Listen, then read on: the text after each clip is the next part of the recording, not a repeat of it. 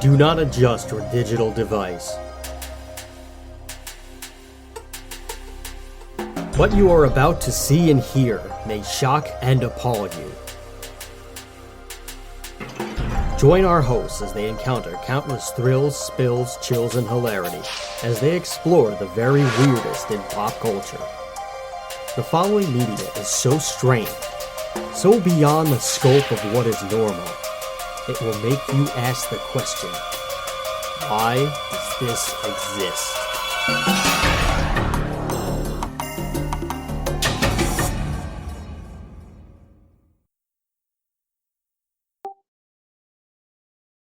Hello, everybody, and welcome to another episode of Why Does This Exist? I'm Chris. And I'm Rob. And today we're going to be talking about, possibly the most famous and legendary fictional character that's ever been created. We will be he's the star of countless movies. He's also the star in many books, video games. They get a new one every, couple of years, every decade. I'd say that there's a new one, sometimes a little bit longer, but he is who he is, the man, the myth, the legend. Next time we will be talking about one of the games that he is in. We are discussing the greatest spy of all time and the inspiration for Austin Powers in some odd way, which we have discussed on the show. In a lot of ways. Yes. We're talking about James Bond, everybody. So those of you who have not seen the title card now know. Those of you who have, which is probably 99.9 of you, now you knew that already. So I guess we've wasted your time and we're not even 2 minutes in. So how's that for you? Nice. But yeah, we're going to be talking about all the stuff that we can. And we're going to be discussing quite a bit of Ian Fleming, who is the author of all the James Bond books. But we're getting ahead of ourselves. He did also write the children's story Chitty Chitty Bang Bang, which is interesting. Yes. He is number 14 on the list of the 50 greatest British writers since 1945 from the Times, which sounds like a really stupid list and probably not worth reading because it's just so dumb. And if Tolkien is not number one, then I don't know who should be number one besides Ian Fleming. But anyway, that's the news. Here's the weather. You are now about to witness the true strength of street knowledge from a ragtag group of rogues. So let's get on with the goddamn show as we inch to 200 episodes and hopefully 200 subscribers. We know you're there. So sign up on YouTube and give us comment, and subscribe. Yeah, do all that stuff and give us some money. All the links are in the descriptions. If you know what's good for you, or if you just don't feel like buying coffee today, I guess you could give us $5. Wouldn't that be nice? Anyway, tell the people who don't know what James Bond is, what James Bond is. And I know that sounds like James Bondage, and that's something else that we're not going to talk about that probably exists. Or there might just be a guy named James who really likes bondage, and great for him. I hope he's having a fun and safe time. Oh God. So anyway, hopefully there's a safe word. But James Bondage might not really be into safe words. I don't know. And I don't think I will that's not I don't think safe. I'll ever meet him. No, it's not. Safety first, I guess, unless you're this fellow with a sense of danger. Yes, James Bond.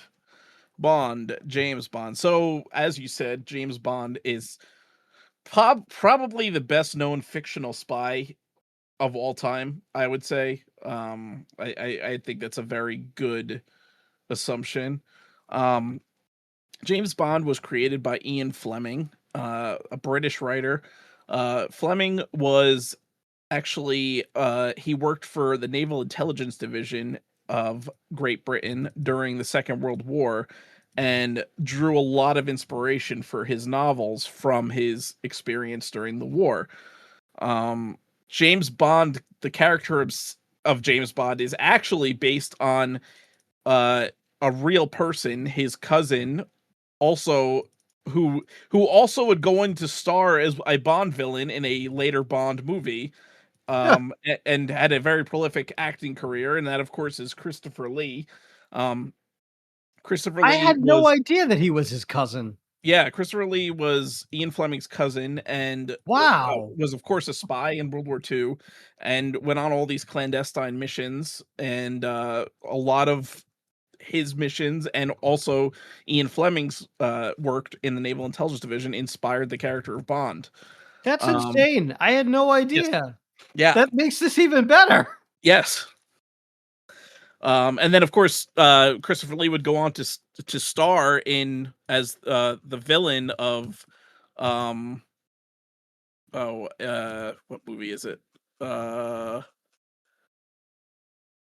it's a Roger Moore one, I believe. Oh, Man with the Golden Gun, of course, duh. Um so he plays Scaramanga, the main bad guy of Man with the Golden Gun. And but anyway, so James Bond is and was a character that Ian Fleming created for his spy novels. The first of which was Casino Royale, which of course was later made into. Actually, there are two Casino Royale movies. One is a non-Eon. One of the non-Eon Bond movies was Casino Royale, and we'll get to that when we get more to the films. Um, so Casino basically James Bond is a Cold War era British spy working for MI6, which is of course basically the British equivalent of the CIA. And he goes on, various spy missions, and he's seen as this like suave debonair character. He's a very much a ladies man. He's highly skilled at his job. And he has a license to kill. So basically, he's allowed to kill anybody he needs to kill to get his mission done. He's known by the code name 007, of course. And so started out with the novels, and 1953 is when Casino Royale came out. And there were a number of Ian Fleming novels until he passed away in 1964. There were two that were published posthumously, which was The Man with the Golden Gun and Octopussy and the Living Daylights, which were actually short stories. And then post Ian Fleming's death, there were actually a number of novels that were written by other authors to continue the series. I didn't realize he died so young, Ian Fleming. Well, he was old. Well, he wasn't that. I mean, I guess he was kind of young comparatively. He was 56. 56, I mean, yeah, but I mean, at the time period, that was like, I feel like that was like a pretty average age, well, 50s, 60s, possible. I mean, I feel like maybe like 70s was really the average age then that that you went, but I guess comparatively, like you said, that is quite young. Yeah. It really sucks that he wrote Casino Royale at age 44. Yeah. And it was a big hit too. Which it really took off. And I think especially, for the time period, the Cold War, people were like really into that Cold War intrigue. So, and I think that spy espionage and political thriller kind of novels have always had like a special place. What comes to mind for me is the Tom Clancy novels. I was always a big fan of those, and the Jack Ryan, which you could argue that Jack Ryan is almost like the American Bond. I think so. He'd be probably the American answer to James Bond.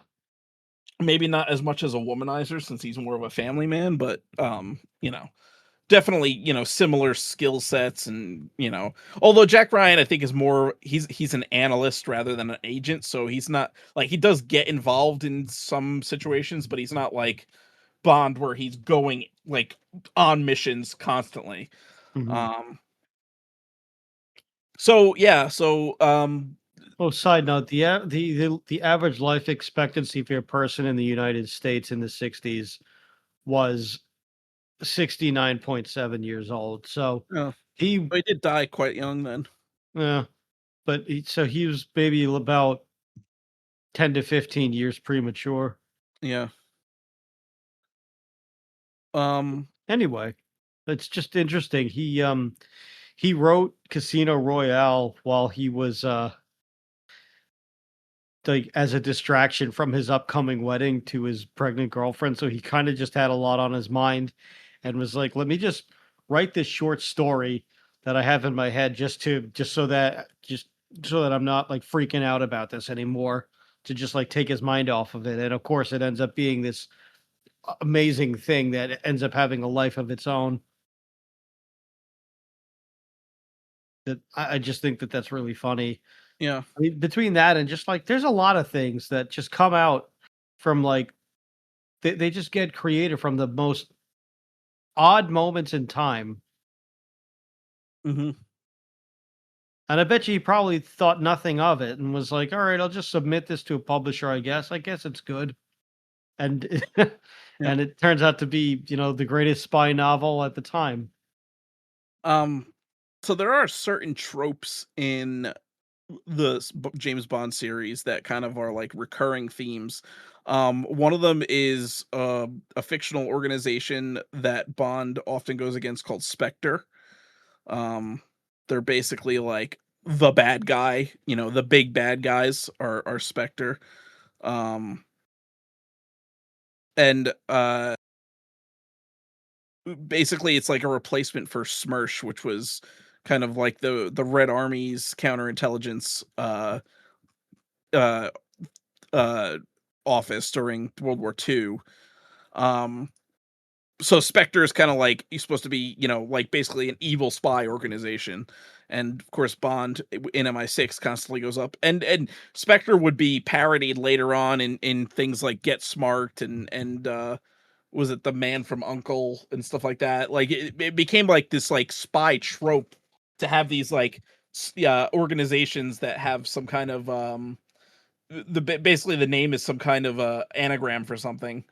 Um, and in fact, the James Bond novels really created like most of the espionage and spy fiction tropes that like we all know today. I Have would say so. I think it laid the groundwork for all. It Yes, certainly laid the groundwork, but also just I feel like a lot of people were just looking at this and they're like, all right, well, if it ain't broke, don't fix it. yeah. Um, so another trope that the that 007 created and the series created was, of course, the Bond girls. Each of the films and book had like a woman that Bond like either it goes up against, is she's a villain or is some kind of anti-hero or ends up just going to bed with Bond. And they almost always often have double entendre names like Pussy Galore, or Honey Rider. Um, of course, GoldenEye had Xenia Onatop. Just like these like very like Very obvious provocative names. exactly. And then of course there was, each Bond film and novel has like a main villain. Um, and the villain's often, like this big bad guy that, is like a mastermind kind of. Sometimes they're like a mad scientist, sometimes they're like some kind of like criminal, the head of some criminal organization. Um, you have like Goldfinger is one of the most famous Bond villains. Um, and then of course there's the henchmen like Jaws and Odd Job. Uh, and there's just so many like different like little tropes that the series created that became so prevalent in pretty much all spy media after. Um, The I always liked the titles of all the Bond movies and books too. They always had like interesting like You Only Live Twice and From Russia with Love. It's just like they sound so like, oh, this is like gonna be a spy novel. Like um They just always sounded cool and intriguing, and it's always like, yes, well, who is this? What is this? I need to know. yes, And they're just simple titles, honestly. yeah, And a lot of them could even just be cool band names too, yeah, they could. or albums too. Like I don't know. There's some aura about the titles where it just really pulls you in before you even get started, even if you don't know what it is. Hmm. I actually have I've never read it, and it's sitting in storage, but I have a copy of I have an original copy of The Man with the Golden Gun, which is the first book that I think was published posthumously. So it's one of the last things that he ever wrote, Ian Fleming, and it is it has an embossed gun on the cover. On the cover, I don't have the dust jacket. I found it at a I found it at a flea market in Park Slope for $7, Mm. and I just picked it up because I was like, "Oh shit, I'm never gonna find this again, so I might as well." I don't know how much it's worth, but at the time at the time that I had checked, which was maybe like 2013, it was either going for like a little under $1,000 to a couple thousand, but I d- I have no idea. I would have to take it to like a rare bookstore or something like that, and they would have to tell me what exactly I'm looking at. But it's it's a pretty cool find. Yeah. Um, where was I? Uh oh, so I guess the films uh the films were probably the biggest draw, and I think what most people know. Um and so actually there's the Eon films, which is the ones that everybody knows. And then there are two non-Eon films, which were Casino Royale, which came out in 67, and Never Say Never Again, which came out in 83. Um, Neither of which were very popular. Um, Never Say Never Again, though, did actually star Sean Connery, which is interesting because he hadn't been in a Bond film at that point in like 15 years, and he came back to do a non-Eon Bond film. Um, and that was actually the second time he had come back to the franchise. So of course Sean Connery was the original Bond in the first five films. Dr. No, From Russia with Love, Goldfinger, Thunderball, and You Only Live Twice. And then 1969, On Her Majesty's Secret Service came out, and that starred George Lazenby. However, that was George Lazenby's only appearance as James Bond, He was and the worst Bond of all time. he's often considered the worst Bond. Um, You know what sucks is that he's someone's favorite Bond. yeah, that's true. We had talked about this when we were talking about this episode before, and there's this. I have this theory about everyone's favorite Bond. So typically, everyone has their favorite Bond, their favorite actor that played Bond. And there's been several, as I've said. Sean Connery, of course, is the original, and after George Lazenby, he came back for Diamonds Are Forever, and then came back again in the non-Eon film uh, later on. Um, but of course, there was also Roger Moore. Roger Moore was in, I think, the most Bond films of any of the Bonds, if I remember correctly. I'm seeing how I many for believe him. One, let's see, 1, 2, 3. looks like 7. Yeah, and Sean Connery did. Daniel Craig only did 5. Pierce Sean Connery Brosnan. also did 7 if you count the All right, non-Eon so if you film. count the Neon, so Roger Moore and Sean Connery are often cited as the best Bonds. And there isn't, if you count the non-Eon film, the original Casino Royale actor David Niven also has only played Bond once. But Yes. oh my god, there were 6 directors for that movie. Holy shit. How the hell does that happen? I don't know. All right, well, it's a non-Eon, which could be non-canon. I don't know, whatever you want to call it. I mean, a lot of people would consider them non-canon since they're not part of the main Eon series of films. Okay. Which of course Eon is the ones that are still today, even like the Daniel Craig movies are Eon. Um, so anyway, back to my original point. Everyone's got their favorite Bond, and I have a theory that it's oftentimes the Bond that you grew up watching becomes your favorite.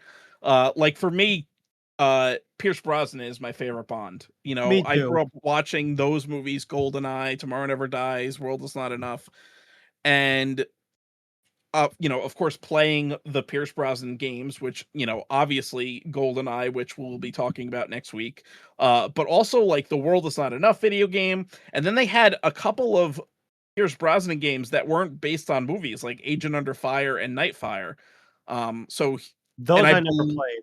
those were actually really good. Like Agent Under Fire was fun. The multiplayer was amazing in it.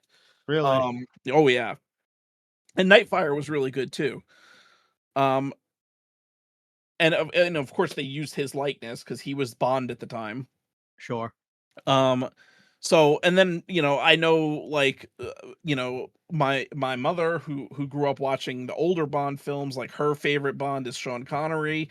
My brother, who's a little younger than I am, his favorite Bond is Daniel Craig, which he's, you know, the most recent Bond, of course. I believe No Time to Die, which came out in 2021, was his last film as Bond, It I believe. was. It So was.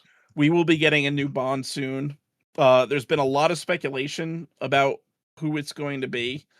Um, a lot of It was supposedly confirmed in the prequel series in June. MGM, so it claims so this is inside the Magic, which is normally just like ride attractions, but okay. It'll be upcoming film, has no release date. Director Dennis Villeneuve or Villeneuve, whatever his name is, the Dune director, at least for now. hmm, Supposedly, did they confirm it or are they just pulling my leg? Cast 24-year-old actor. Well, who is the damn 24-year-old actor? Which I think is too young. that's too young to be Bond. I think every Bond has been played by a middle-aged actor, um, and it kind of like lends to like this, you know, idea that Bond is like an experienced spy, like he's been doing this for a while. Um, Supposedly, it's someone named Isaac Rouse who was in the Crown series. Interesting. The James Crown. George Lazenby was actually the youngest at the Really? time. He was 29. So this would make him the youngest Bond ever. I didn't know that George Lazenby was that. I would have said Daniel Craig was the youngest Bond. That actually surprises me. Yeah, Daniel Craig was in his early 40s, no? No, he was in Or his late 30s. 30s? Yeah, late 30s when he in Casino Royale. Yeah, he is in The Crown, Get Even, and Genius. Hmm, He was also Charlie Bucket in Sam Mendes's stage adaptation of Charlie and the Chocolate Factory. interesting. Mendes later did Inspector, so there's something going on. But you know, we'll see. Hopefully, he does a great job. Um, Yeah. I'm sure he'll be fine. But I am curious. Um, so the Bond franchise has been one of the most successful film franchises of all time, and you know, in terms of like if adjusted for inflation, have grossed like a huge amount of money, um, over $20 billion collectively. Um, yeah. Uh, so very very much a hugely successful franchise. And again, it's had its ups and downs. As we said, George Lazenby on Her Majesty's Secret Service is often cited as one of the uh, least loved Bond films. Um, whereas GoldenEye, for example, is one of the most beloved Bond films. Um, or I would say the Sean Connery ones in general are often also very cited as some of the best ones. Yeah, I From don't Russia with Love, Goldfinger, those are the classic Bond films. I don't think he has any bad Bond films, and that includes Never Say Never Again. Yeah. Um, I personally, so like I said, Pierce Brosnan was always my favorite, but I also enjoyed some of the Roger Moore ones. Moonraker, I really like a lot just for like the sci-fi aspects of it. I thought it was kind of cool, and that came out when Star Wars was the hottest movie on Earth. 1979. Star Wars came out in 77, so all of a sudden everyone wanted to do a sci-fi movie. Of Um, course. so of I'm course not Bond had to go to space. I mean, why not? Yeah. And also they just had like a really like catchy theme song. That's another thing that is another staple of Bond Mhm. films is the opening sequence is always one of the coolest things. Yes, And we always get a really awesome chase scene and but the opening sequence always has some really kick-ass theme song that's yes, specific to the movie. It's only written for this movie. Usually it's usually shares a title with the film. yeah. Well, "Live and It's Let Die" was the song "Live and Let Die" by Paul McCartney, which became a hit on its own and is one of Paul McCartney's, you know, best loved songs, was written yeah, for "Live and Let Die," the movie. yeah. Um, That's actually that actually might be my favorite Roger Moore movie. Was that one? yeah. And then of course Skyfall, which was a huge hit for Yep. Adele when it came out. And Yeah. I'm not a huge fan of Adele, but I do like that song specifically. It I is actually started really good. listening to her music after that. Yeah, that is actually a really good song. GoldenEye, I mean, they're just every Bond theme song is just so good. Uh Especially like the way they do it with like these like they use these big huge like pop artists to write these songs, but they're not like doing like it just to like make a pop hit. It's like it's tied in with the movie. And it's of course there's the classic James Bond score, which everybody knows. I think it's become like ubiquitous. Like you hear that music, the it's almost like the Mission Impossible theme. Yeah. It's like you You hear immediately know what that music is. Yeah, the second that you see the barrel of the gun get bloody and you hear the gunshot, you know it's Yeah, coming. It's yeah, I mean, it's also probably it's one of the most iconic theme songs ever, yes. if not the most. I would Oh put yeah, that up there. I would say the only thing that beats that is The Godfather and maybe the yeah. Simpsons theme song.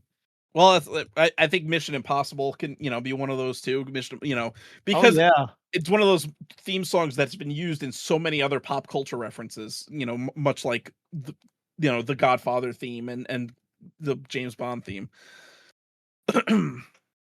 uh the entire series overall doesn't really share a continuity so much. Every movie is kind of its own thing. Um, there are certain films that reference other films or some characters that make like appearances in multiple films. Like for example, Valentin Zukovsky is in GoldenEye originally, and he also appears in The World Is Not Enough. Um, and of course, he's like the ex KGB agent that is Bond's contact in Russia. Um, and there, like I said, there's a couple of like characters that are like that. I believe. What's the doctor? Oh, what's his name?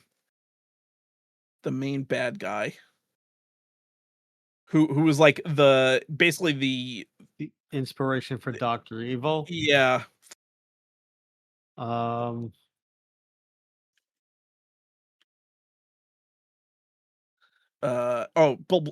Ernst Stavro Blofeld. ah, Um, right.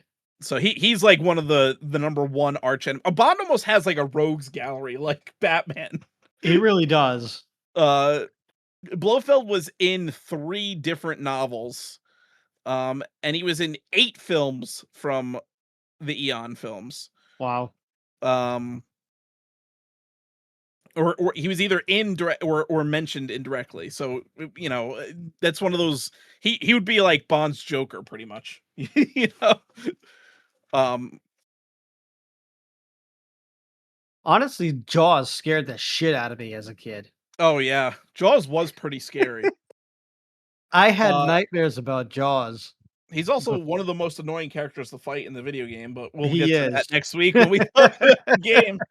Um, I always loved how Jaws was played, of course, by what's it, Richard Kiley was his name, right? I think. Uh, hold on, Richard Keel, Ah, and Richard Keel was a giant of a man. He was over 7 feet tall, and you can't teach that. But he was also in, of course, in Happy Gilmore as Happy's boss at the construction yard, and he's such an intimidating presence. And there's Wait, the one really? scene, That's the same guy? yeah, Oh my god. yeah, and when he like intimidates Shooter, it's just hilarious. He's the guy, he's the "You can count on me waiting Yeah, you in the and parking you lot" can guy? count on me meeting you in the parking lot. Yeah, that's That's like Jaws. my favorite line in the movie. I had no idea it was the same guy. Yeah, Wow, I'm learning all sorts of things tonight. That's amazing. yeah. Uh, so yeah, there's characters like that. Of course, there's Oddjob who throws his hat, and his hat's got blades in it. Mhm. Um, The obvious inspiration for Kung Lao in Mortal Kombat. and also what's Random Task in Austin Powers, Yeah. who throws his shoe. Um, and of course, I believe there was one or two Bond girls that make several appearances.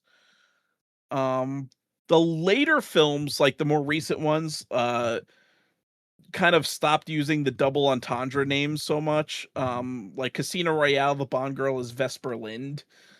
Um, and Casino Royale kind of like not the non-Eon one, the actual Eon Casino Royale that starred Daniel Craig. It served as a soft reboot of the series. Basically, it's kind of presented as this is Bond's first like major mission by himself, and it kind of explains how this can be spoiler alerts for anybody who hasn't seen Casino Royale. It kind of explains why Bond doesn't like have a wife, uh, and it's because he gets close to Vesper Lind in the movie, and she ends up getting killed over it. And so it kind of establishes that's why Bond is really a womanizer, and it's not because he's like an asshole necessarily. It's because he doesn't want to form attachments with women because he's afraid that because of his line of work and the type of like, bad guys he goes up against, that it'll put them in danger. Oh, which it will, and it does several times. Yes. So he's not wrong, to have that to keep that guard up. I mean, the interesting thing is there's always like a will they won't they thing with with the secretary Yes. Yeah. So where there's Miss Moneypenny, who's James Bond's secretary. Um, that's another trope that's throughout the whole Bond series is you have M, who's the head of MI6. Um, and M was originally a man, and later in the Pierce Brosnan films is played by Judi Dench. And for me, Judi Dench is like the most recognizable M, because she yeah. stayed on throughout uh the Pierce Brosnan and the Daniel Craig films. Mhm. She As was I thought she was I liked her the best anyway because she had like because she didn't take shit from anybody. I loved yes, how, yeah, I really liked how ballsy she was. yeah, and her first scene with Bond, she basically like berates him for being a womanizer and like a relic of the Cold War, essentially in GoldenEye. And it's like you could really tell that she doesn't really take shit from anybody. She's kind of a badass. Yeah. And I think being a woman in that role, I think that's what kind of like they wanted her to be like. Okay, Actually, specifically, here's the quote. They actually have it. She calls Bond a sexist, misogynist dinosaur, a relic of the Cold War. Uh, but I think, being a woman in that role, being the head of like this like very masculine spy agency, she kind of has to be like this no nonsense, no bullshit kind of person. Um, and then of course you have Q Branch, and Q is the one that invents all of Bond's gadgets. And Bond has all kinds of crazy gadgets, from a pen that turns into a grenade, to a car that turns into a submarine. Was Uh, Men was M also the original Money Penny? no, no, Okay. Moneypenny was separate because M was Okay. a man in the original films. No, M no, was I'm played. saying was Money Penny played by Judi Dench in the original films? I no, I don't believe so. Okay. I had Yeah. heard that, but I had heard that, but I wasn't sure, but I never confirmed whether or not that was just It some might have been a weird rumor. theory. There's a number of theories surrounding the Bond films, like the reason why Bond is a different person, like constantly changes actors. There's actually the lore reason, or the fan lore kind of like fan theory reason is Well, that he goes by the name double O. His code name is 007. For well, those we haven't mentioned it here, actually. yes, no, yeah, we mentioned it. His spy name is 007. We Oh, mentioned it at the anyway. beginning. Oh, Uh, okay. Then I'm stupid. so but there's a theory that James Bond is actually a code name that is used by several spies. So like every time there's a new Bond, it's because it's a new spy taking on that code name, basically. Makes Which sense. I think has been kind of like it's a fan theory, but I think it's been kind of like shot down by like the actual official canon. Mhm. Um so there's also Q, like we said, that makes all the gadgets. Later films, Q was originally played by hold on one sec. He does have the coolest gadgets too. Like just this ingenious stuff that obviously real spies use. If you go to the if you go to the there's a spy museum in New York City that I forgot what it's called. We went once years ago and it was like one of the coolest things ever. It's not like a giant museum, but it's this really kick-ass floor. It shows you all these espionage devices and tools that they used during during various wars, like during the Cold War and also during World War II.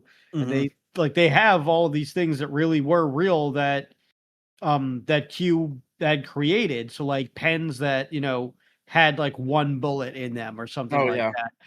They have all kinds of really cool stuff.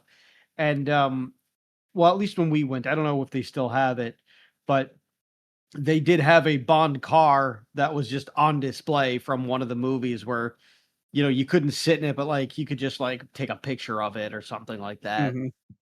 And then they had all kinds of like interactive um little exhibits and like mini games and stuff like that where you had to use your decoding skills. And you enter through like a secret door elevator. It's really cool. It was a little, I think it was a little expensive for a museum, but it was worth it just because you're there. It's a unique museum. When are you going to do this again? You might as well. Yeah. Spyscape, that's what it's called. Oh, okay. But yeah, Uh, fun so for the whole family. Q was played throughout most of the Bond films, from 1963 to 1999, but Desmond Llewellyn, and unfortunately, he passed away in 1999. And uh, they kind of presented the next Q, which was John Cleese. He was actually R at the time, so That's John Cleese right. was R, and he was taking over for Q, basically. I forgot Um, that John Cleese is in the yeah. franchise. So it's funny. So you could almost like just make like a weird like John Cleese or Monty Python lore that like he was someone that he went from the Ministry of Silly Walks to MI6. uh, the newer films, the Daniel Craig films opted for a younger Q played by Benjamin John Whishaw. So Q is always seen as like this, like not only just like the guy who gives 007 his like his gadgets, but also kind of almost like a mentor or like a wise old man to James Bond. He often comes up with all these like little sayings and uh often always signs off with now pay attention 007. Um he's always been seen as this kind of like I guess like an Obi-Wan character to James Bond, even though he's just the gadget guy. Mm. Um, and then of course, you have I think we mentioned that everybody else. Moneypenny M, Q. That's pretty much all the MI6. Yeah, for each of the films, there's like sometimes there's mention of other 00 agents. Like most prevalently is probably GoldenEye, where you have 006, Elect Trevelyan, played by Sean Bean, who's an amazing actor. Yes. He dies all the time. He dies in every movie he's ever been in, basically. If Sean Bean's in a movie or a show, he's gonna be dead by the end of whatever. And of course, he dies at the end of GoldenEye because he ends up being the main bad guy. So yeah, there's other 00 agents. And like oftentimes they're just mentioned like, oh, 005 was on this mission, here, and you need to go fix this thing, and I think 006 is the only one who actually appears, I want to say. I don't know. I haven't seen all of them. Was the mention of the other 00 agent something that really only started in, like, the Pierce Brosnan era? No, the 00 agents have always been a part of Bond since the novels. Well, I don't mean the 007, but I mean, like, mentioning the other ones. No, they were mentioned in the novels as well, Oh, okay, okay. and the older movies. Um, Yeah, it's been a really long time since I've seen most of these. We most recently watched the Daniel Craig series because it was all yeah, on Netflix, so we were trying to work backwards, and then they just, yeah. My like, brother was actually watching through all the Daniel Craig films recently too. yeah, and then they took it off, and I think it's back on Prime, but I don't know, we just Yeah, every once in a while, like one of the streaming services gets like all the Bond films for a while. I think Netflix was the most recent because, like you said, that they had the Daniel Craig, but I remember I also watched The World Is Not Enough and GoldenEye recently on Netflix. So they I think they had all of the Bond films. Um, yeah, they did, and then we'll oh, we'll okay, have so to figure out who 006 has does any appear else. in Thunderball as well. Okay. Um, so there you go. He's not only in but he's obviously played by a different actor. Sean Bean played him in GoldenEye. Um, but yeah, there's a number of 00 agents, some of them which are unnamed. Um, of course, 007 obviously is Bond. And yeah. Uh, There is also the car, which is yeah. I'm pretty sure has always been an Aston Martin. No, it hasn't. Really? The more recent movies have used different cars. Originally, the original Bond car that uh the Bond played by Sean Connery drove was, of course, an Aston Martin, and the Aston Martin became pretty much like the iconic Bond car. But more recent films, hey, he's driven other. I believe he drove a Mercedes in uh some of the more in like the Pierce Brosnan films. I think he drove a Mercedes. Oh, you're Uh, right. He drove one in Die Another Day. yeah, Yes, because I remember there was a big fuss about that, how, like, people were pissed he because he wasn't using an Aston Martin in that one. yeah. That's It right. became kind of like a a marketing thing for these luxury car brands to have their cars featured in Bond, you know, Well, I mean, becoming a of prominent. course. Yeah. I Why mean, wouldn't like if you're like why shouldn't a spy drive a luxury car? exactly. Like it just Especially one makes that has perfect missile sense. launchers and you know, could turn into a submarine. Well, I mean, of course you need the best. And you gotta it kind of begs the question where if Chitty Chitty Bang Bang was inspired by Bond's car too, because that can also change into a boat and a plane. That's possible. Yeah.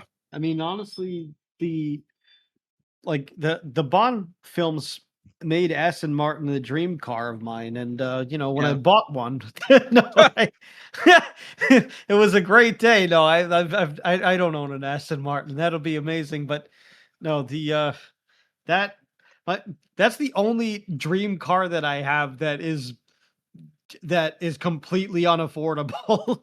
The other ones that I have are like it's they're all things that I could pick up. There's nothing really too super amazing about them. It's just I just happen to like them. I like a 78 Corvette Stingray because it's a really cool looking car. I like a Mhm. 67 Pontiac GTO because it's a cool looking car. But but they made enough of them and they don't really go for like a ton of money. I mean, the only other thing is just like I want a 66 Batmobile, but you could buy a kit car for that. Yeah. And it like wouldn't really it wouldn't be all that much, I and I want could the drive Ecto it one. around and be an idiot. Oh, the Ecto one would be awesome too. But yeah, just those. Like most of my cars are pretty attainable except for the Aston Martin, which, someday. Someday. Or at least maybe, maybe we'll arrange for me to get a ride in that, instead of a Rolls Royce when the final day comes. Maybe I'll put that in my last will and testament. Drive Riding me in in an Aston Martin. drive me out in an Aston Martin Um, I with rocket launchers. I want them to blow up the crypt I'm going in. you know, there's a funny scene in Catch Me If You Can, in which uh Frank Abagnale, you know, he goes to the movies and he sees I think it's probably From Russia with Love at the time. And he immediately goes out and buys an Ashton Martin and a three-piece suit for himself. Like, Great. yeah, which, you know, probably was like every young boy's dream back in the 60s when these movies were coming out and everybody saw the kind of car that he was driving, and you know, everyone wanted to be Bond, you know, having the awesome Sure. car and the gadgets and you know, all the beautiful women that you could ever want, you know. It was, you know, he Bond really is kind of like the archetype of like what every young man aspires to be in some Yes. ways. You know, he's got this rock star quality to him. Um, and that's kind of like it's what makes Bond as a spy a little unrealistic, but also endearing in a way.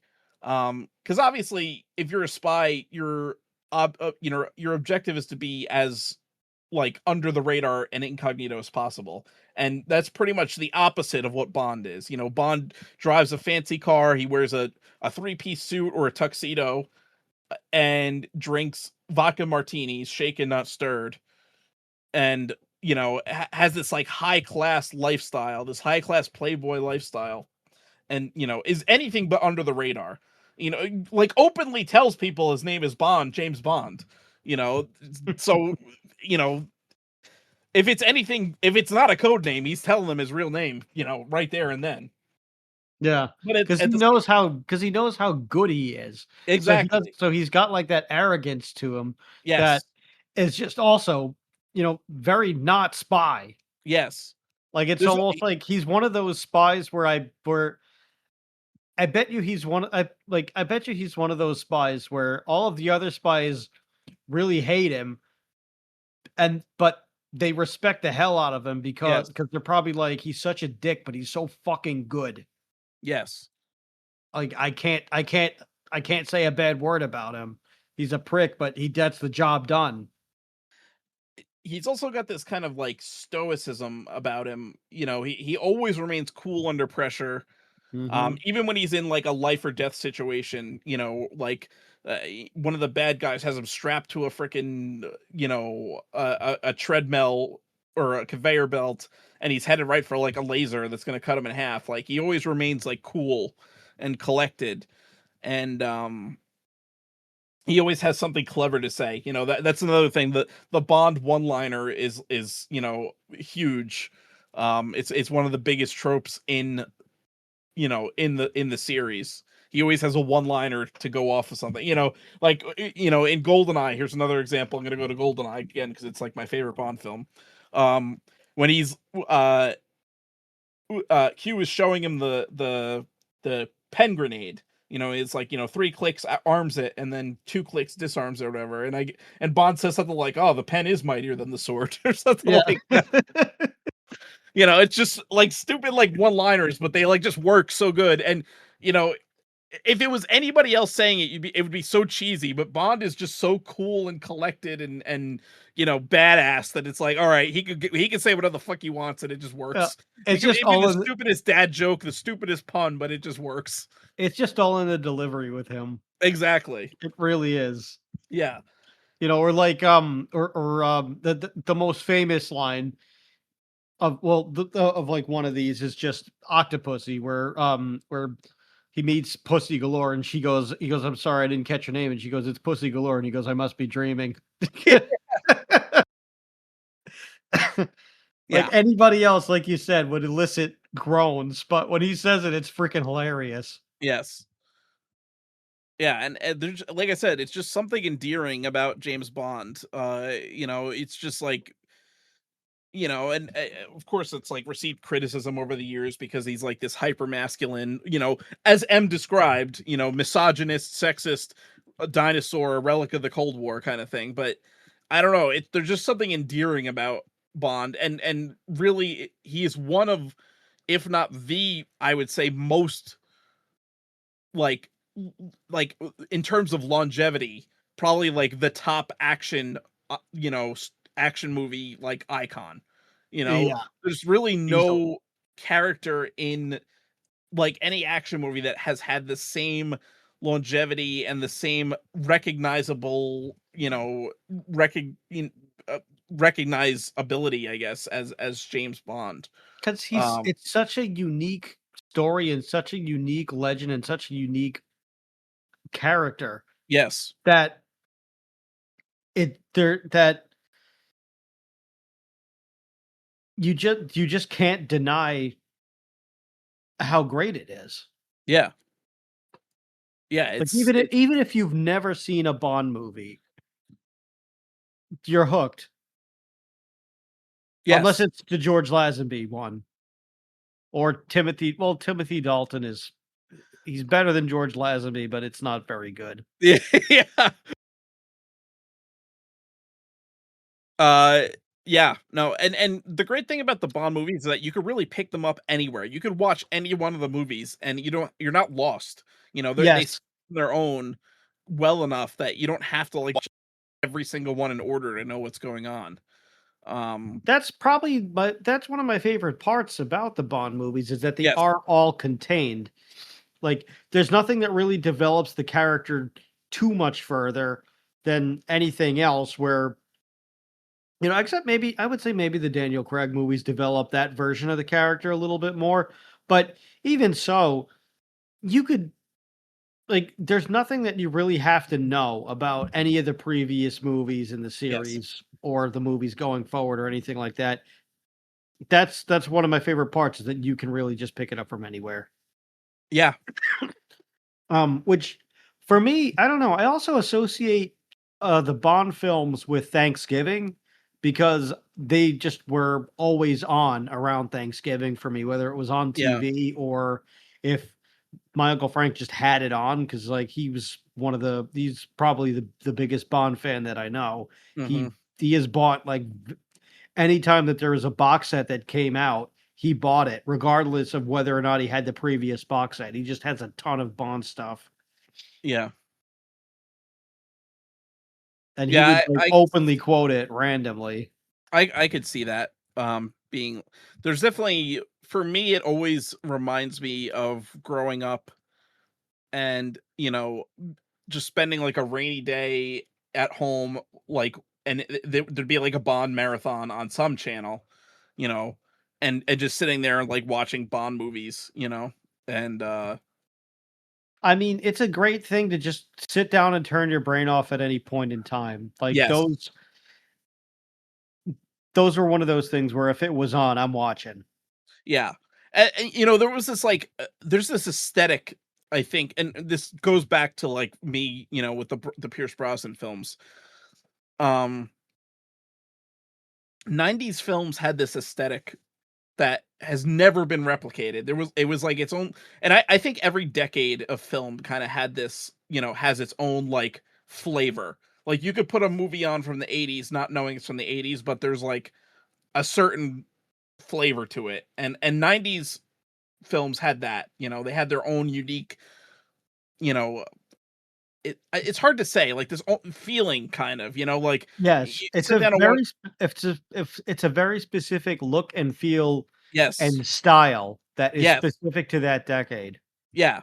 And the Pierce Brosnan films really had that 90s aesthetic. And it's just so nostalgic for me, being a kid growing up in the 90s, you know. And yeah, it's just it was a huge part of my childhood, especially the video games. And again, we're gonna talk about GoldenEye, the video game GoldenEye next week. I'm not gonna get too much into it because that is gonna be an episode on its own because that is like, one of the greatest first person shooters of all time and a complete like, out of nowhere like hit for the N64. But we'll talk about that next week. But all the other video games, like I said, Agent Under Fire, Nightfire, I had hours of fun playing. Me and my friends playing those. The World Is Not Enough video game. Just sitting there playing multiplayer for hours and just having a great time. And they were so much fun because it was more than just like running around and shooting stuff. The Bond video games, they gave you objectives to do. You had to like hack a computer terminal or throw a tracking bug on this guy's car or something like that. And it made it like it added a whole new level to the gameplay and just made it so much fun. And it was so beyond like what any other like first person shooters were really doing at the time. Um and just you can't really deny the absolute like complete legacy that Bond has left, and how it's influenced pop culture over the last 50 or 60 years. It's crazy. I have no notes. Um, yeah, Yeah. I will let you have the last word on that. Yeah, Um, so I think that's it. I mean, if you haven't watched any of the James Bond films, go watch any of them, but I recommend, of course, the Pierce Brosnan ones as my favorite. But I mean, they're all great, pretty much. The Daniel Craig ones are good. The Roger Moore ones are good. Sean Connery obviously is lauded as like one of the best Bonds, if not the best, because he's the classic Bond. really just stick to the big four. Yeah, I mean, and you really can't go wrong. And hopefully the next Bond will be as memorable or as good as the previous ones. I hope And so. and we won't have another George Lazenby on our hands. Well, only time will tell. This has been Why Did This Exist? I've been Chris. And I've been Rob. And remember, question everything. Good night, everybody.